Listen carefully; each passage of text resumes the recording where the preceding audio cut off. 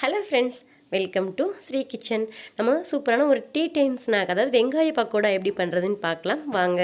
அதுக்கு முன்னாடி நீங்கள் இப்போ தான் நம்மளோட சேனலை ஃபஸ்ட் டைம் பார்க்குறீங்கன்னா மறக்காமல் சேனலை சப்ஸ்கிரைப் பண்ணிவிடுங்க. வெங்காய பக்கோடா பண்ணுறதுக்கு ஃபஸ்ட் நான் ஒரு மிக்சிங் பவுல் எடுத்திருக்கேங்க.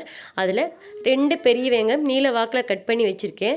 அதை வந்து இப்படி சேர்த்துட்டு அதை நல்லா மசிச்சு விட்டுக்குவாங்க. அதாவது ஒன்றோட ஒன்று ஒட்டாமல் உதிரியாக இருக்கிற மாதிரி பார்த்துக்கோங்க. அதுக்கப்புறம் 3லேருந்து 4 பல் அளவுக்கு பூண்டு குட்டி குட்டியாக கட் பண்ணி சேர்த்துருக்கேங்க.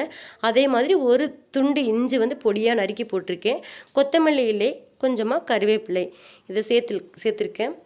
இதில் காரத்துக்கு தகுந்த அளவுக்கு 1 டேபிள் ஸ்பூன் அளவுக்கு மிளகாய்த்தூள் சேர்த்துக்கலாம். கொஞ்சமாக பெருங்காயத்தூள் சேர்த்துக்கிறாங்க. இப்போ இதில் அரிசி மாவு நான் வந்து ஒரு 2 டேபிள் ஸ்பூன் அளவுக்கு அரிசி மாவு சேர்த்துருக்கேன். அதே மாதிரி கடலை மாவு வந்து 4 டேபிள் ஸ்பூன், அதாவது 2 டேபிள் ஸ்பூன் அரிசி மாவுனா கடலை மாவு வந்து ஒரு 4 டேபிள் ஸ்பூன் அளவுக்கு சேர்த்துருக்கேன். இதுக்கப்புறம் நம்ம கடலை மாவு சேர்க்க மாட்டாங்க, அதாவது அரிசி மாவு தான் பத்தாததுக்கு நம்ம சேர்த்துட்டே வருவோம். இப்போ கடலை மாவும் சேர்த்தாச்சு. சேர்த்துட்டு தேவையான அளவுக்கு உப்பு சேர்த்துக்கலாம். உப்பு சேர்த்ததுக்கப்புறமா இதை தண்ணி எதுவுமே சேர்க்காம ஃபஸ்ட்டு இந்த மாவு கூட நல்லா மிக்ஸ் பண்ணுங்கள். அதாவது வெங்காயத்தில் இருக்கக்கூடிய ஈரமே உங்களுக்கு ஓரளவுக்கு சரியாக வரும். அதனால் ஃபஸ்ட் நீங்கள் நல்லா இதை வந்து மிக்ஸ் பண்ணிக்கோங்க. தண்ணி இடையில தெளித்து தண்ணி ஊற்றிட வேண்டாங்க, சும்மா லைட்டாக தெளித்து இதை பிசைஞ்சிக்கலாம். அதுக்கு முன்னாடி 1 டேபிள் ஸ்பூன் அளவுக்கு சோம்பு, கண்டிப்பாக இந்த பக்கோடாவுக்கு சோம்பு சேர்த்தா நல்லா வாசனையாக இருக்குங்க. ஸோ நான் சோம்பு சேர்த்துருக்கேன். சேர்த்துட்டு தண்ணி தெளித்து நல்லா பிசைஞ்சு எடுத்துக்கலாங்க. ஏதாவது எந்த அளவுக்கு பக்குவமாக நம்ம பிசையணும்னா, அதாவது எண்ணெயில் நம்ம உதுத்து விடும்போது நமக்கு நல்லா வந்து கீழே விழுகணும், அந்த மாதிரிங்க.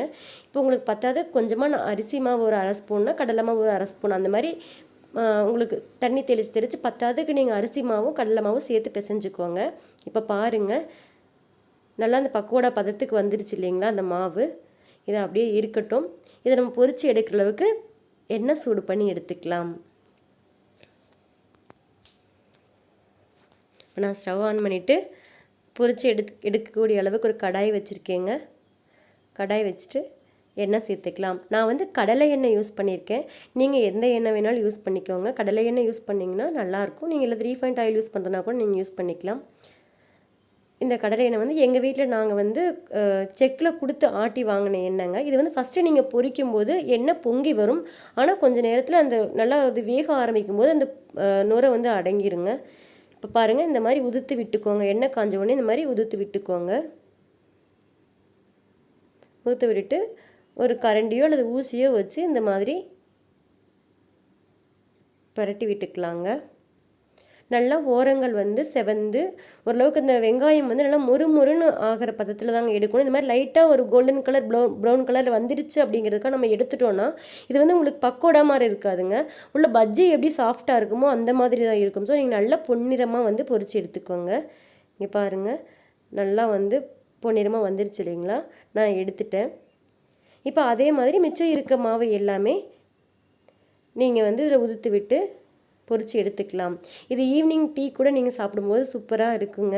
இந்த ரெசிபி கண்டிப்பாக நீங்கள் உங்கள் வீட்டில் ட்ரை பண்ணிவிட்டு உங்களுடைய ஃபீட்பேக்கை வந்து என்கிட்ட கமெண்ட் செக்ஷன் மூலிமா ஷேர் பண்ணிக்கோங்க. அவ்வளோதாங்க. இந்த மாதிரி எல்லாத்தையுமே எண்ணெயில் போட்டு பொரித்து எடுத்துக்கலாம். நம்மளுடைய ஆனியன் பக்கோடா தயாராகிடுச்சுங்க. இந்த வீடியோ உங்களுக்கு பிடிச்சிருந்துச்சுன்னா வீடியோவை லைக் பண்ணுங்கள், உங்கள் ஃப்ரெண்ட்ஸ் கூட ஷேர் பண்ணிக்கோங்க. சேனலை மறக்காமல் சப்ஸ்கிரைப் பண்ணிவிடுங்க. தேங்க்ஸ் ஃபார் வாட்சிங் ஃப்ரெண்ட்ஸ்.